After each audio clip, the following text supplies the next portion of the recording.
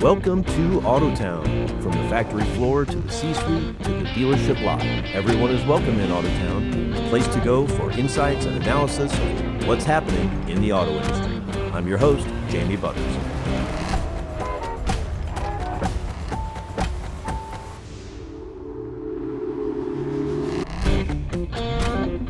Hey, I'm Jamie Butters. It's my honor to welcome you to Autotown. Autotown is your place for insights about the auto industry, representing all of its constituents. From the factory floor to the C-suite to the dealership lot, everyone is welcome in Autotown. Autotown is brought to you in part by Aumovio, a global top-tier auto supplier. We're recording on Monday, July 20th. Riding shotgun with me as my guest co-host is Joel Fetter, Director of Content and Product at The Drive. Joel, welcome to Autotown. Hi, thanks for having me. A little later, we're going to stop at the coffee shop for a chat with Juan Acosta, Senior Manager of Location-Based Services for Toyota North America. And in the Town Hall segment, we'll talk about what we love about luxury cars. But first, Joel and I are going to take a quick drive around the block and talk about the latest in the industry. A little breaking news just as we record on this Monday. Stellantis just named new chiefs for Ram and Jeep, both brought in from outside the company. Matt Van Dyke was a longtime Ford guy before becoming president of Shift Digital.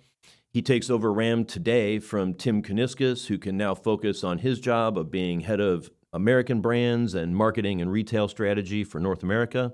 And Brandon Cote becomes CEO of Jeep, formerly with Aston Martin and Mercedes. He most recently was at AutoNation. Joel, what stands out to you here? And I want to call it a highlight of the announcement, but the fact that Bob Bernadorf was, I don't want to say relieved of duty or whatever, but like that we have a new Jeep CEO because Bob is on medical leave. I think that's a really important note here because it's not like Bob was ousted or Bob was moved around because of performance by any means. I think that's important. Given Jeep's performance and where we are today as a whole in its recovery. So, and it also does note he'll come back at some point as an executive structure. They just don't know where and when, probably based on timing. I think the Ram thing is really interesting because Ram obviously has been on a resurgence in terms of product and also in a hunt for sales. But at the same time, Tim Kuniskis has been wearing so many hats. I mean, you even left off the fact that he's in charge of SRT and the resurrection of that division. So I think, which is not a standalone brand, it's just a division. So I think, how many hats can one man wear? Even if he is the father of the Hellcats, how many hats can you wear? I think that you get stretched to a point of being too thin. And I think that it's the lower tier roles, which is funny to call Ram CEO a lower tier role, but his other roles were superseding that. Something has to give at some point. And I think that he spent the last year plus getting us back on the 8-cylinder track. And so now it makes sense. I get it. Yeah, no, I agree 100% on Kuniskis getting himself some help, building out the bench a little more, especially while Bob's going to be off on medical leave. The other thing that jumps out to me, and maybe this is because of the years I spent at Automotive News, both of these guys are coming from retail at this point. And it tells me that Tim Kuniskis and Antonio Filosa, the CEO, are maybe really trying to improve their dealer relations, which suffered a lot under Tavares, and maybe actually address them in a substantial way, actually understanding their operations and really how to help them do better. Their retail sales and their network is the thing, right? Like the customer experience.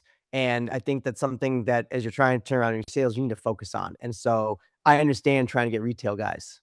Yeah. Yep. Need the partnership with those dealers. In other news, Honda is reportedly considering building another assembly plant in North America. The CEO said it to one of the Japanese newspapers. It's not a people fam thing. But if it does, it'll almost certainly be in the U.S., minimize tariff exposure. Honda is definitely capacity constrained. The CR-V was the top-selling nameplate in the U.S. in the first half, according to Automotive News, and dealers are short on inventory. Do you have any immediate thoughts on this report that's out? I'm not surprised, right? To your point, they can't build some of these models, specifically CR-V, fast enough. I think that Honda, if you pay attention to the broader Honda picture at the moment, the amount of changes they're making and scrambling, I use the word scrambling as a really good descriptor here, is interesting because, we killed the 0 Series EV family that was literally about to roll out of Ohio within months, and that was like a $16 billion hit. So we had American-made EVs coming that on the surface seemed like they might be competitive with the Ioniq 5 and R2 and all these other things. And then now they can't build the cars that are currently being built fast enough. We're on the cusp of, and I saw and drove prototypes last year in Japan, the next gen CRV hybrid and Civic hybrid. And they're also in the final stages of buttoning up the V6 hybrid that is a brand new engine powertrain for all the larger vehicles, Pilot, Passport, Ridgeline, etc. Meanwhile, they just announced they're pausing, pick a word. I think they said pause the Ridgeline until the next gen arrives. And I believe that's so they can build more Passports as quickly as possible. I think they're trying to free up some inventory and production capacity. They're capacity constrained.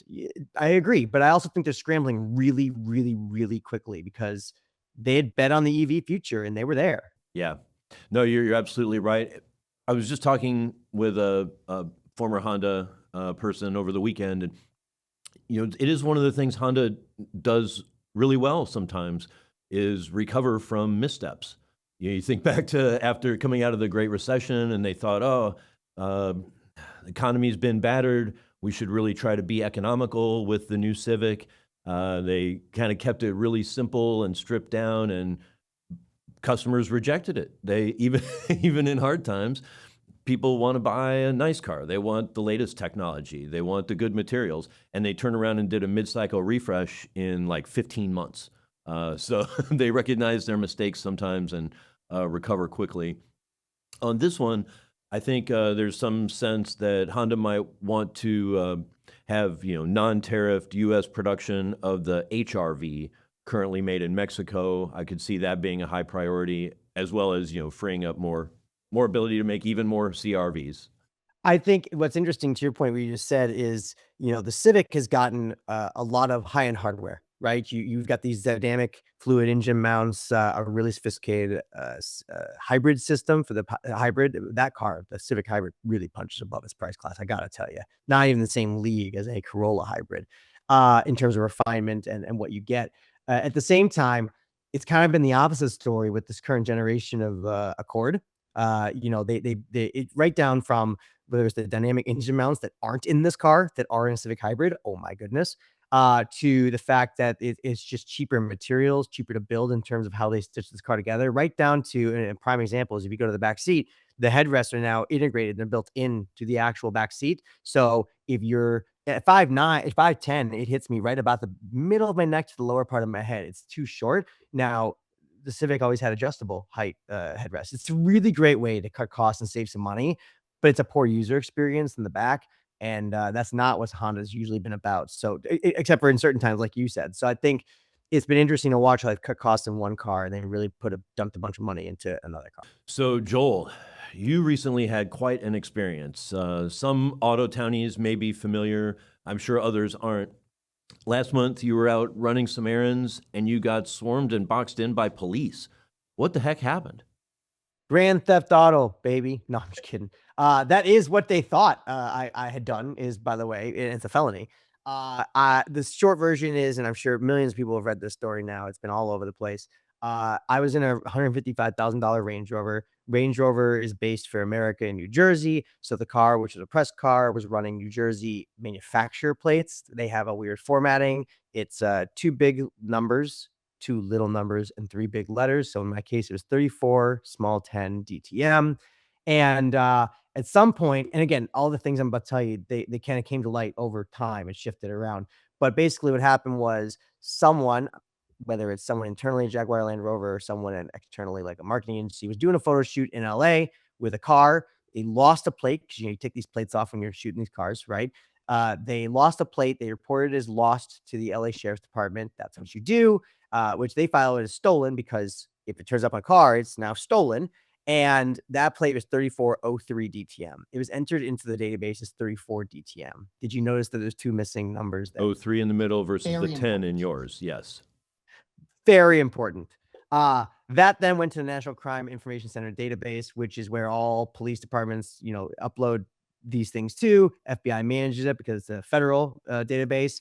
And what's interesting, and by the way, this is all like standard stuff, right? What's interesting is, a police officer, 10 years ago, whatever, they would be pulling from that in their car in their computer. So if someone was behind me at a stoplight, they ran my plate because it's a out of state plate, and they were curious.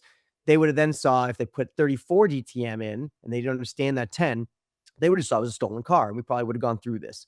If they had understood the 10 or put a 10 in or curious or whatever, then we wouldn't have done this.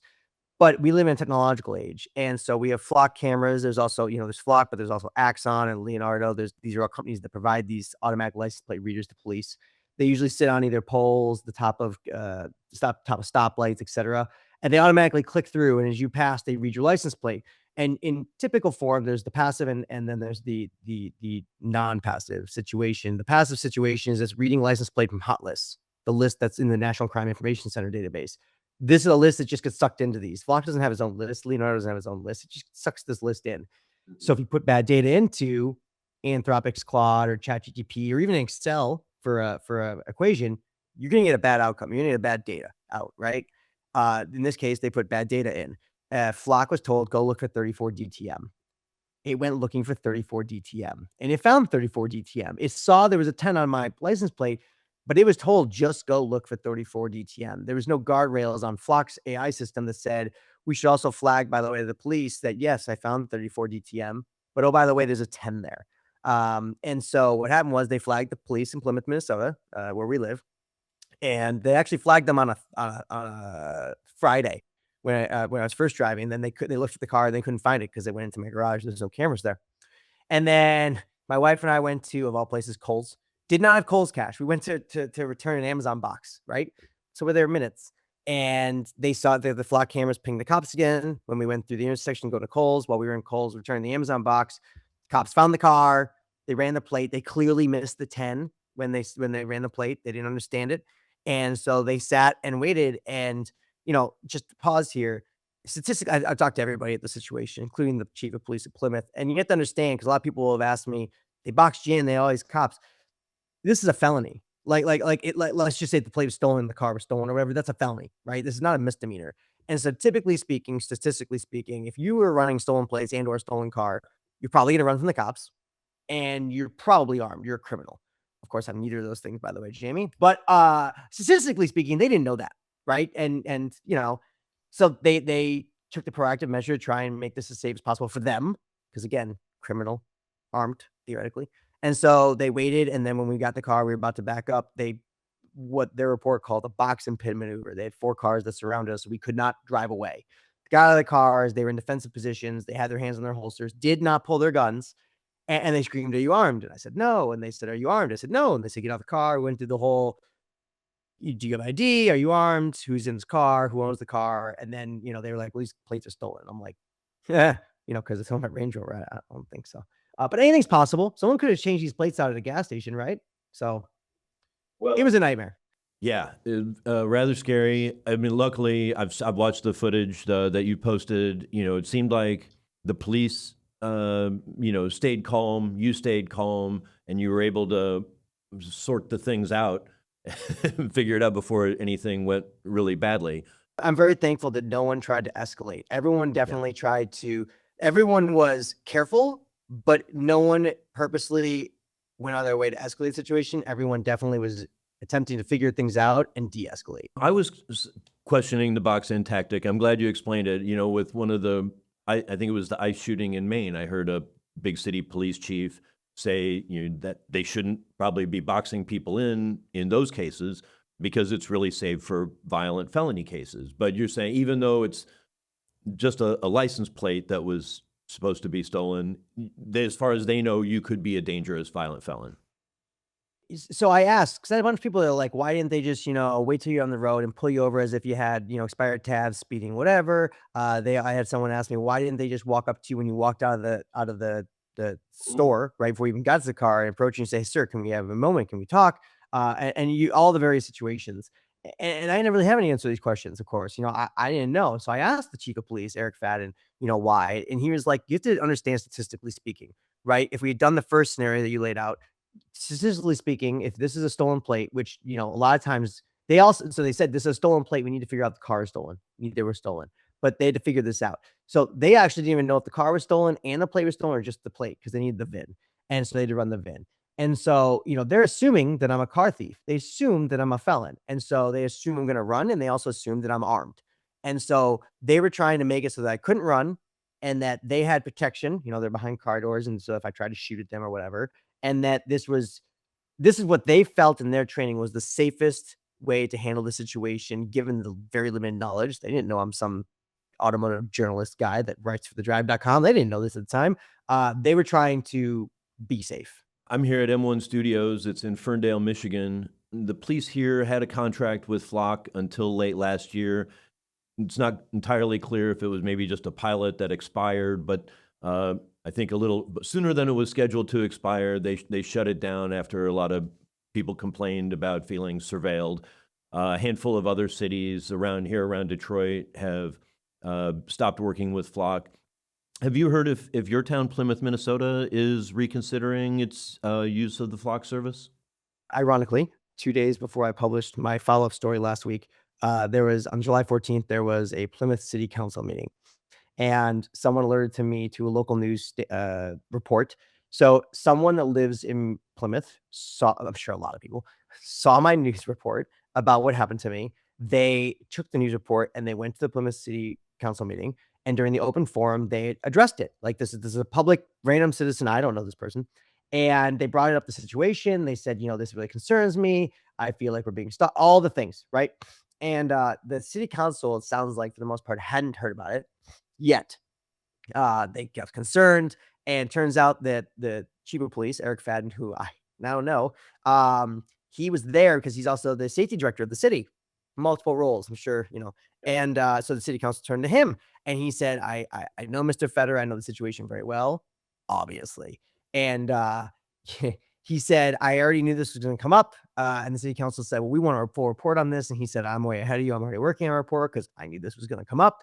And the city council then said, someone on the city council said, "I'd like to evaluate the use of Flock cameras." And then they took unanimous vote that they'd like to evaluate it. What comes of that? I have no idea what that report's going to say. I have no idea. And Yeah. I don't know is the long-term answer, but it's definitely come up. Well, Joel, I'm so glad that nothing went worse, and I'm glad you got to the bottom of it. Next up, we're going to stop at the coffee shop and chat with Juan Acosta, Senior Manager of Location-Based Services for Toyota North America. And then we'll go to the town hall to discuss this week's poll.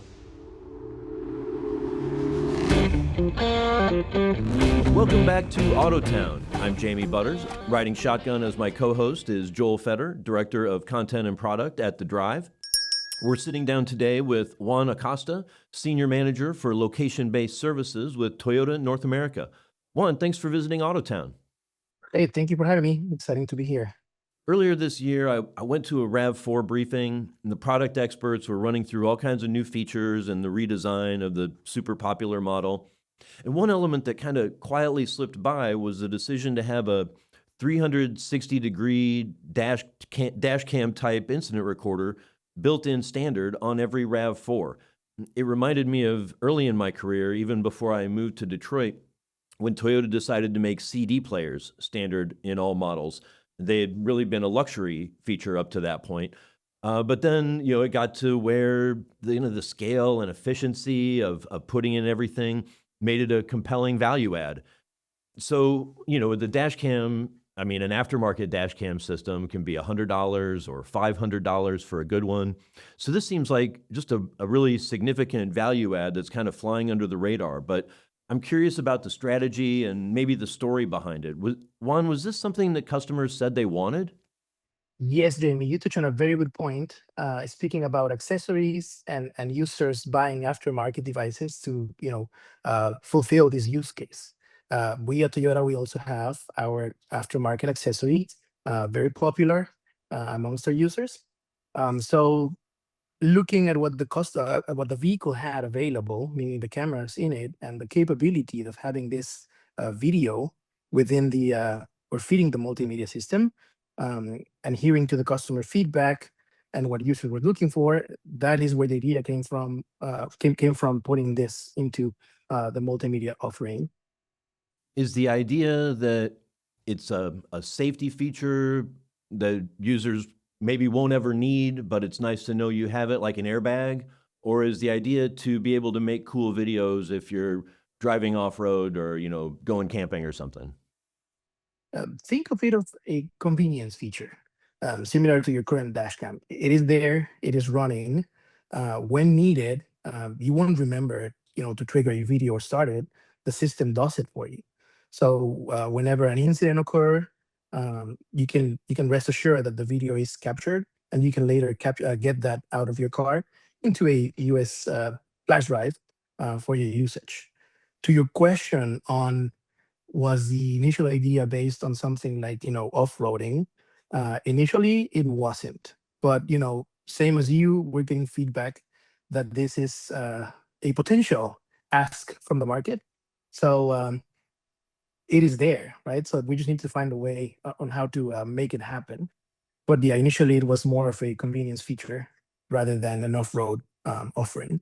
So I guess I would say this is the obvious question, right? Based on my last 2 weeks of my life or 3 weeks of my life, I am curious to know the intricacies of the privacy of all this. And the reason I say that is, we ran a story on the drive a couple months ago about a guy who bought. To be fair, it was a new but last gen. It was about a year ago. RAV4, so 25 or 26 model year. And he was at some level, I think we're a little tin hatty here, but he was just like, I don't want anyone to be able to track me, right? Whether it's a Leonardo camera with signal trace and EMFI Bluetooth signals, or even, I don't know if the guy realizes that your tire pressure monitoring system also has Bluetooth signals, but like whatever. And he went to great lengths to the point where he took out the Bluetooth system, he took out the navigation, he took out the infotainment system. I mean, he ripped apart this RAV4 to get rid of anything and everything.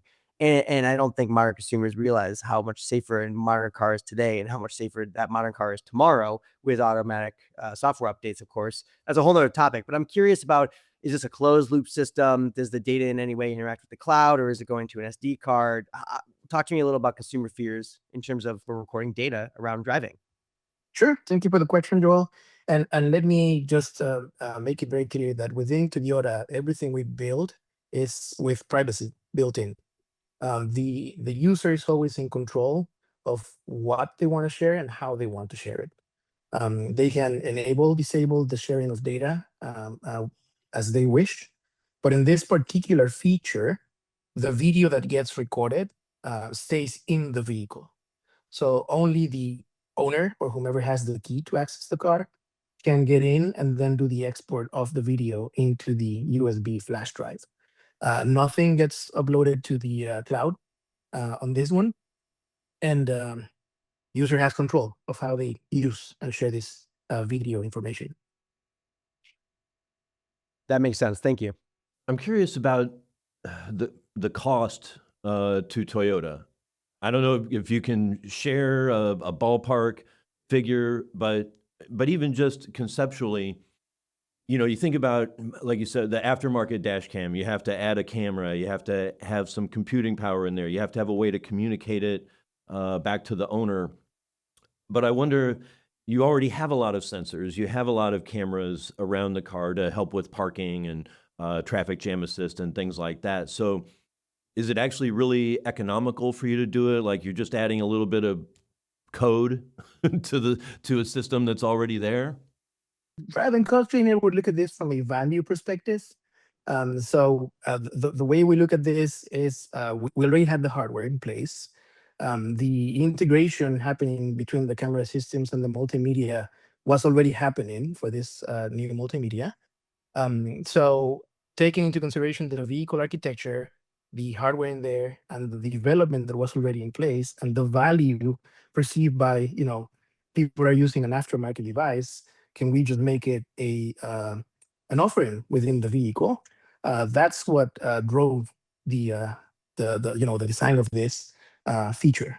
So it sounds like it was very efficient, cost efficient to be able to add this value. Yeah. Just want to make sure I understand correctly. Is there, you mentioned, the value it provides. Is there going to be a marketing effort behind it? Is it something you'll advertise, do you think? Or is it just something, for dealers and salespeople to explain to customers when they're shopping? It does go within the dealership delivery explanation. It is also within press releases and the information that we put out there.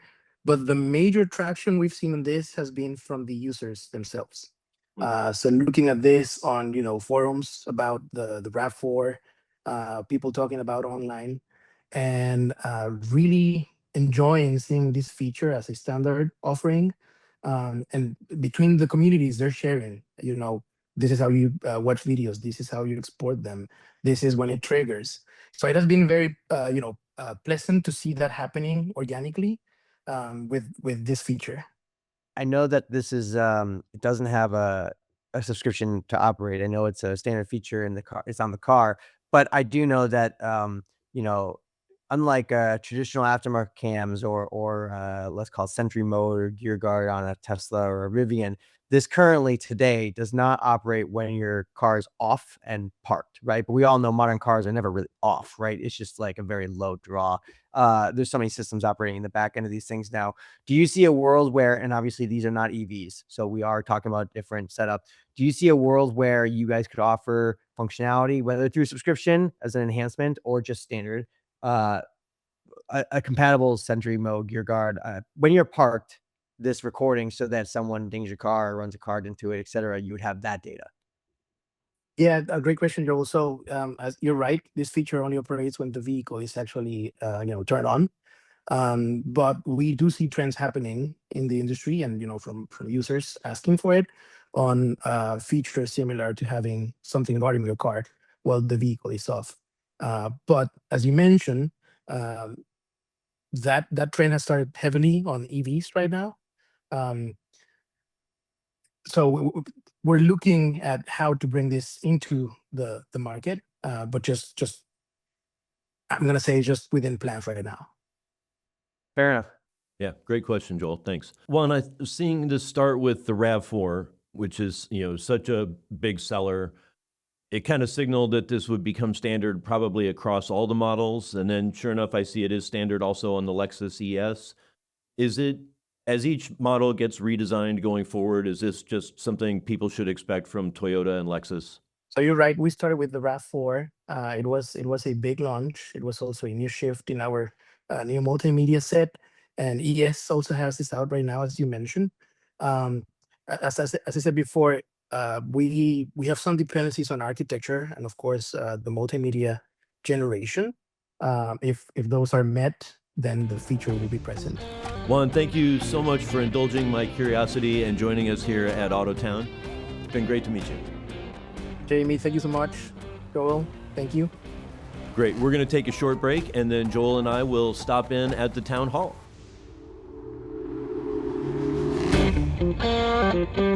Hey, and hear ye. That's right. We're at the Autotown Town Hall.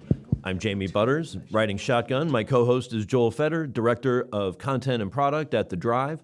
On the radio last week, Henry Payne and I discussed the difference between Cadillac's approach to sporty driving vehicles and Lexus's quiet, comfortable style. And yes, Henry also spoke up for Cadillac's design and advanced driver assistance as well. But it made me want to ask the people of Autotown, if you're buying a luxury vehicle, what's your top priority? Sporty driving, elegant interior, advanced technology, or the exterior design?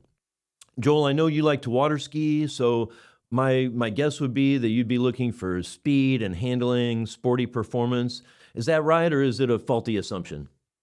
I appreciate all various attributes of luxury that you just listed in their own right. But I would say that in my personal like Venn diagram of what I need or be on my shopping list, I would say it's a crossover of the whole sporty, how it handles and all that stuff, and the technology. But it's the technology that enables that, right? Like the hydraulic roll control system and like a Rivian. That's technology that I would not consider infotainment. I would consider it enhances the way it drives. And I would put that far and above massaging seats or a heads-up display.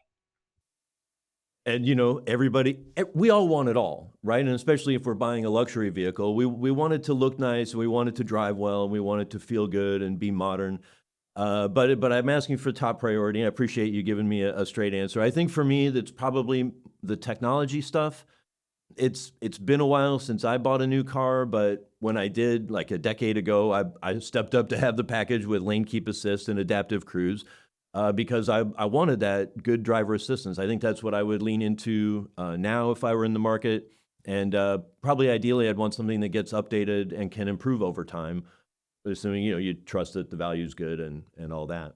Folks, you can go to the Autotown with Jamie Butters LinkedIn page or other social media sites to cast your vote. Leave a comment, and I may read it on the air. Autotown Radio is every Saturday at 7 a.m. on WJR 760. Thank you all for visiting Autotown today. Thank you to Joel Fetter and to Juan Acosta for joining me here on the show. The show was produced by Matthew Peach at M1 Studios. Original artwork is by Shelley Trombley.